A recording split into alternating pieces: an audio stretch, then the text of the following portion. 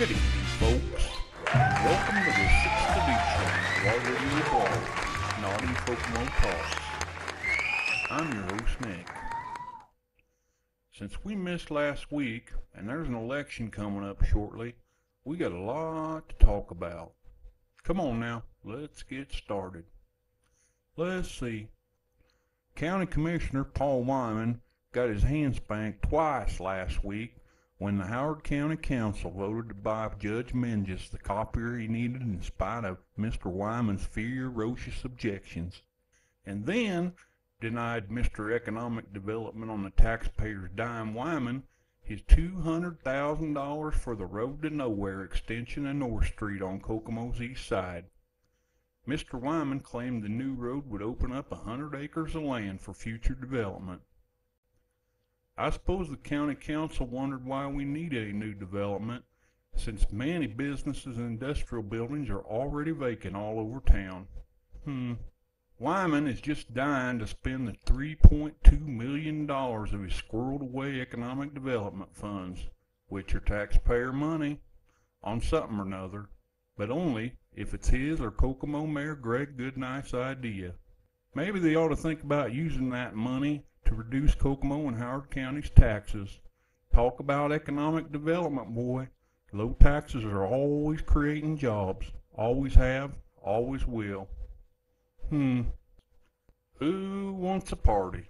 Party mix. When you're having a great big get-together, you need some of that stuff to get things going. And the upcoming primary elections have tons of it. Mayoral candidate Scott Kern switched to the Republican team, while City Council candidate Bob Cameron switched to the Democrats last time around.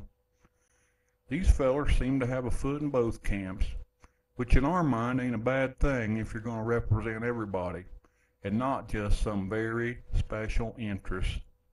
Even though a few of the locals seem to make a big to-do about who's wearing what shirt, the voters could really care less. The voters could really care less, guys. The weekly roundup. Speaking of the elections, that feller over at Not in Kokomo posted a long article that attempted to find out more about Mayor Goodnight's hand-picked challenger for Council Bob Cameron's seat on the City Council. It looks like this feller declared bankruptcy 3 times since 1985 and has a brother that threw the Kokomo Police Department into chaos back in 2008 when he was taped having sex with an informant while on duty. Who'd thought?